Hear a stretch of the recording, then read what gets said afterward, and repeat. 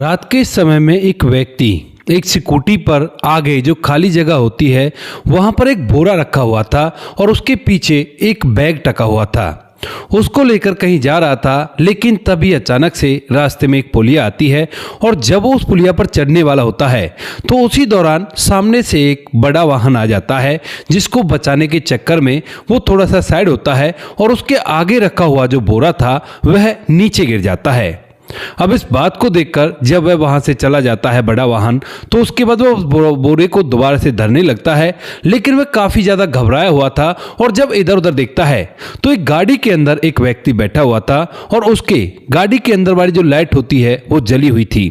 वह व्यक्ति लगातार उसकी तरफ देखे जा रहा था और उसे देखकर उसके पसीने छूटने लगते हैं। फिर वह बोरे को नहीं उठाता है और वहां से स्कूटी लेकर निकल जाता है, लेकिन उसके बाद वह व्यक्ति भी चला जाता है जो गाड़ी से उसे देख रहा था और दूसरे दिन की सुबह सुबह पुलिस वाले उस जगह को चारों तरफ से घेर लेते हैं और उस बोरे को देखने लगते हैं। क्या था ऐसा उस बोरे में और क्यों वो जो व्यक्ति गाड़ी से देख रहा था उसने कुछ भी इस पर एक्शन लिया, पूरी सच्चाई के बारे में जानने के लिए वीडियो को अंत तक जरूर देखें। नमस्कार दोस्तों, मेरा नाम है जीतू और आप लोग देख रहे हैं जीतू सुदेश चैनल। वीडियो को ज्यादा से ज्यादा शेयर करें और चैनल को सब्सक्राइब करना ना भूलें ताकि मेरा हौसला बढ़ता रहे। उत्तर प्रदेश के आगरा जिले के अंदर एक व्यक्ति रहा करता है जिसका नाम होता है अशोक जो कि रेलवे से रिटायर हो चुका है और रिटायर होने के बाद एक दूसरी जगह पर मैनेजर का काम किया करता है। उसके 4 बच्चे होते हैं, 3 बड़ी बड़ी लड़कियां होती हैं और एक सबसे छोटा लड़का होता है। बड़ी बेटी का नाम पिंकी होता है, उससे छोटी बेटी का नाम मिंकी होता है और जो सबसे छोटी बेटी थी उसका नाम रिंकी होता है। जिन तीनों बहनों का भाई था उसका नाम दीपक होता है। अब यह परिवार खुशियों के साथ जीवन जिया करता है और जो बीच वाली बेटी है यानी कि मिंकी, वह एक कंस्ट्रक्शन वाली कंपनी में काम किया करती है। वहां पर वह काम करती है और जो मिंकी थी वह लड़कों से कम नहीं थी। जब एक दिन की बात होती है जब उसका पिता कहता है कि बेटी अभी तो मुझे बहुत कुछ करना है, तभी यहां पर मिंकी कहती है कि पिताजी अब चिंता क्यों कर रहे हो, मैं हूं ना, मैं आपका पूरा फर्ज निभाऊंगी। जब तक मेरे भाई बहनों की शादी नहीं हो जाती तब तक मैं शादी नहीं करूंगी। अब पिता पहले तो इस बात को ऐसी हल्के में ले लेते हैं, लेकिन जो मिंकी होती है वह ऐसा ही करती है। कंस्ट्रक्शन वाली कंपनी में काम कर करके पैसा कमाती है और पैसा कमाने के बाद सबसे पहले तो अपनी बड़ी बहन की शादी अच्छे से करा देती है और उसके बाद अपने से जो छोटी बहन होती है उसकी भी शादी करा देती है। इसके बाद वह काम करती रहती है। पिता कहता भी है कि बेटी अब तू अपनी शादी कर ले, इसको हम देख लेंगे, हम शादी कर लेंगे तुम्हारे छोटे भाई की, लेकिन वह मना कर देती है। कहती है कि नहीं पिताजी, पहले मैं अपने छोटे भाई की शादी करूंगी और उसके बाद ही शादी के बारे में सोचूंगी। पिता जो होते हैं वो चुपचाप रह जाते हैं और धीरे धीरे समय बीतता है। समय के साथ साथ साल 2024 में जो यहां पर मिंकी होती है उसकी मुलाकात एक विनय नाम के लड़के से होती है जो कि उसी कंस्ट्रक्शन कंपनी में काम किया करता है जिसमें मिंकी काम किया करती है। विनय जो होता है वो ज्यादातर फील्ड का काम देखा करता है और कुछ देर ऑफिस में भी बैठा करता है। अब यहां पर इन दोनों की मुलाकात होती है और मुलाकात इनकी कब प्यार में बदल जाती है इनको ही पता नहीं चलता। विनय जो होता है वो मिंकी से सच्चा प्यार करने लगता है और उसके बाद वो दोनों एक दूसरे से मिलने जुलने भी लगते हैं। एक दिन की बात होती है, विनय कहता है कि देखो मिंकी, मैं ना तुमसे शादी करना चाहता हूं। तो उसके बाद मिंकी कहती है कि देखो अभी मुझे ना अपने भाई की शादी करनी है, उसके बाद ही मैं शादी कर सकती हूं, तब तक तुम इस बारे में बात ना ही करो तो ही अच्छा है। धीरे धीरे समय बीतता है और समय के साथ साथ 6 फरवरी 2026 को उसके छोटे भाई जिसका नाम दीपक होता है उसकी शादी भी तय हो जाती है। अब जब शादी तय हो गई थी तो मिंकी अपने वादे के अनुसार घर का सारा काम, जो भी शॉपिंग वगैरह है या कुछ लाना ले जाना है बाजार से, वो सारा काम खुद से ही करने लगती है और धीरे धीरे समय आ जाता है 23 जनवरी 2026 का। 23 जनवरी 2026 को जिस तरह से वो अपना काम कर रही थी उसी तरह से वह एक दिन काम करते हुए विनय के पास फोन करती है और उससे कहती है कि देखो विनय, तुम्हें तो पता ही है मेरे छोटे भाई की शादी आ रही है और मुझे ना कुछ पैसों की जरूरत है। अब इस बात को सुनकर जो विनय होता है वो पूछता है कि कितने रुपयों की जरूरत है, तो वो कहती है कि मुझे ना 3 लाख रुपए चाहिए, बाद में मैं तुम्हारे रुपयों को लौटा दूंगी। इस बात को सुनकर जो विनय होता है वो कहता है कि ठीक है, पैसे अगर चाहिए तो तुम ऐसा करो, मेरे ऑफिस पर आ जाओ और यहाँ पर हम दोनों एक दूसरे के साथ अच्छा समय बिताएंगे और उसके बाद मैं तुम्हें पैसे दे दूंगा। अब जो मिंकी होती है उसके कहे अनुसार वहां से ऑफिस के लिए निकल जाती है, लेकिन उसके बाद उसके घर वालों ने उसे कभी भी नहीं देखा था। यहाँ पर जो मिंकी होती है वह 10-11 बजे तक भी जब घर नहीं लौटती है तो उसके बाद जो उसका छोटा भाई दीपक होता है और जो परिवार वाले होते हैं वो सभी के सभी उसकी चिंता करते हैं। और इसी चिंता के चलते जो दीपक होता है वह विनय के पास फोन करता है, कहता है कि भैया देखो दीदी अभी घर नहीं आई है, क्या आपको पता है वो कहाँ गई है? तो वो कहता है कि छोटे मेरे पास फोन किया था, मेरे पास आई थी, कुछ पैसों की जरूरत थी, लेकिन उसके बाद तो यहाँ से चली गई है, पता नहीं कहाँ चली गई। अगर ऐसी बात है तो मैं भी घर पर ही आ रहा हूँ। रात को 11 बजे जो विनय होता है वो उनके घर पर आ जाता है और इसके बाद मिंकी को पूरा परिवार और विनय मिलकर इधर उधर ढूंढने लगता है। ढूंढने से भी जब मिंकी का कोई भी अता पता नहीं होता तो उसके बाद जो विनय होता है वो कहता है उसके घर वालों से कि क्यों ना एक पुलिस कंप्लेंट करा देते हैं, क्योंकि हो सकता है कहीं ऐसी वैसी बात हो गई हो। इस बात को सुनकर घर वालों को भी ये बात अच्छी लगती है। तो जो मिंकी के पिता होते हैं और उसके परिवार वाले होते हैं उन सभी के साथ विनय जाता है और विनय जाकर थाने में इस बात की कंप्लेंट दे आते हैं कि ऐसे ऐसे जो मिंकी है वो गायब हो गई है। और विनय ये भी बताता है कि वो मेरे पास तो आई थी लेकिन पैसे लेने के बाद वहां से चली गई थी। पुलिस वाले मामले को दर्ज कर लेते हैं और उसके बाद कहते हैं कि ठीक है, कोई भी पता लगता है तो हम आप लोगों को बता देते हैं, अभी कुछ देर आप वेट करो, शायद हो सकता है वापस लौट आए। क्योंकि मिंकी का फोन नंबर भी बंद था तो पुलिस वाले सोच रहे थे कि कहीं इधर उधर अपने किसी जानने वाले के पास तो नहीं चली गई, इसी वजह से फोन भी नहीं मिल रहा है। ऐसा सोचकर पुलिस वाले रात भर वेट करते हैं। लेकिन दूसरे दिन की सुबह सुबह वहीं पर एक जवार पुलिया होती है और उस पुलिया के पास वहां के आसपास के लोगों को एक बॉडी मिलती है जो कि बोरे के अंदर बंद थी, क्योंकि उसके अंदर से हाथ पैर बाहर दिखाई दे रहे थे। इसके बाद पुलिस वालों को वहां पर बुलाया जाता है और जैसे पुलिस वाले वहां पर आते हैं तो उसके बाद देखते हैं कि ये तो शायद किसी लड़की की बॉडी है। और उसके बाद इसके घर वालों को, यानी कि जो मिंकी के घर वाले होते हैं, उनको भी वहीं पर बुला लिया जाता है, क्योंकि रात को ही उन्होंने कंप्लेंट दर्ज की थी। जैसे वो लोग वहां पर आते हैं और बॉडी के हाथ पैरों को देखने के बाद एकदम से फूट फूट कर रोने लगते हैं कि हाँ साहब, ये तो हमारी ही बहन है, हमारी ही बेटी है। और ऐसा कहकर वे जोर जोर से विलाप करने लगते हैं। पुलिस वाले जो होते हैं वो बोरी को खोलते हैं और खोलने के बाद जैसे ही बाहर निकालते हैं तो सभी लोग पूरी तरह से हैरान हो जाते हैं, क्योंकि बॉडी के ऊपर कोई भी सर नहीं था। जब ये चीज घर वाले देखते हैं तो पूरी तरह से फूट फूट कर रोने लगते हैं और कहते हैं कि साहब, हमारी बहन को क्या हुआ, हमारी बेटी को क्या हुआ, इसका सर कहाँ है और किसने इसके साथ ऐसा किया है। वहां पर फिलहाल विनय भी था और विनय भी इस बात को देखकर पूरी तरह से हैरान हो रहा था। उसके बाद जो पुलिस वाले होते हैं, जब उन्हें पता चलता है कि घर के अंदर शादी है और शादी का पूरा लेखा जोखा यही लड़की देख रही थी, तो वो भी फौरन से शक्ति में आते हैं और उस केस पर काम करने लगते हैं।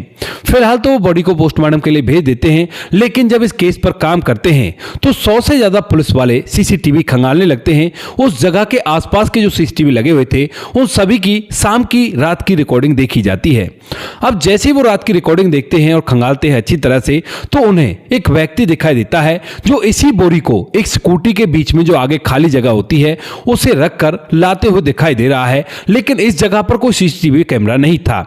अब जैसे वो पिछले कैमरे में कैप्चर होता है कि यहां पर लाकर गया है और उसके बाद अगले कैमरे में बिना बोरी के दिखाई देता है, तो पुलिस वाले समझ जाते हैं कि यही है जो कि इस स्कूटी को लेकर यहां से गया था, लेकिन रास्ते में इस बोरी को यहां पर फेंक दिया है।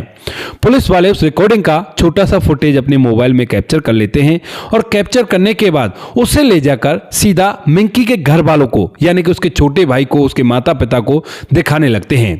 अब जैसे वो फुटेज को दिखा रहे थे और कह रहे थे कि क्या पता है ये स्कूटी किसकी है और ये जो स्कूटी चला रहा है ये लड़का कौन है, तो उसके बाद जो छोटा भाई दीपक होता है वह एकदम से उसे पहचान लेता है कपड़ों से और उसके बॉडी स्ट्रक्चर से। साथ में स्कूटी को भी पहचान लिया गया था, क्योंकि स्कूटी किसी और के नहीं, उसकी ही बड़ी बहन मिंकी की थी। और जो लड़का इस स्कूटी को चला रहा था यह और कोई नहीं, वही विनय था जिससे मिंकी मिलने के लिए गई थी। अब इस बात को सुनकर पुलिस वाले पूछने लगते हैं कि कौन विनय, तो वह बताता है कि साहब ये वही विनय है जो हमारे साथ कंप्लेंट दर्ज करवाने के लिए थाने में गया था। इसके बाद जो पुलिस वाले होते हैं वो समझ जाते हैं कि इसके पीछे इसी का हाथ है और फिर दीपक से कहते हैं कि तुम ऐसा करो, उनको ये तो मत बताना कि हम लोग यहाँ पर आए हुए हैं, लेकिन उन्हें कैसे भी करके मिलने के लिए बुलाओ और पूछो कि मुझे ना कुछ जरूरी काम है। इस बात को सुनकर दीपक ऐसा ही करता है और उसके बाद उसे एक निश्चित जगह पर बुला लिया जाता है। उस जगह के चारों तरफ पुलिस वाले सिविल ड्रेस में थे और जैसे विनय यहाँ पर आता है तो एकदम से पुलिस वाले घेराबंदी करके उसे पकड़ लेते हैं। विनय पकड़ में आ चुका था और उसके बाद पुलिस वाले उसे थाने ले जाते हैं। थाने ले जाकर जब उसे पूछताछ करते हैं कि भाई ये बताओ तुमने ये सब कुछ क्यों किया है, तो उसके बाद वो मना करने लगता है। कहता है कि साहब आप भी क्या बात कर रहे हो, मैं तो इसे गायब होने की वजह से काफी ज्यादा परेशान हूं और मैं तो कंप्लेंट दर्ज करवाने के लिए आया था। लेकिन तभी पुलिस वाले उस वीडियो फुटेज को उसके सामने भी चला देते हैं और कहते हैं कि देखो लड़की के भाई ने तुम्हें पूरी तरह से पहचान लिया है और उसने ही हमें बताया था कि ये विनय है।